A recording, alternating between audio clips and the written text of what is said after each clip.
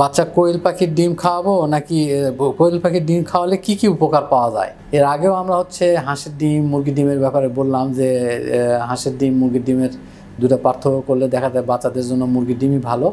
আর কোয়েল পাখির ডিম যদি পাওয়া যায় তাহলে তো এটাও খাওয়াতে পারেন, কারণ কোয়েল পাখির ডিম দেখা যায় যে এটাতে কিছু কিছু পুষ্টিগুণ সাধারণত বেশি থাকে, এটা ইমিউনিটি বাড়ায় বাচ্চাদের জন্য।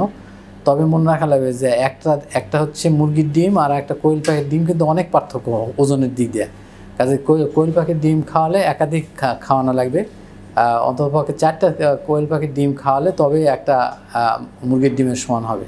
এটা মাথায় খেয়াল রেখে আমাদের কোয়েল পাখির ডিমটা আমরা খাওয়াবো।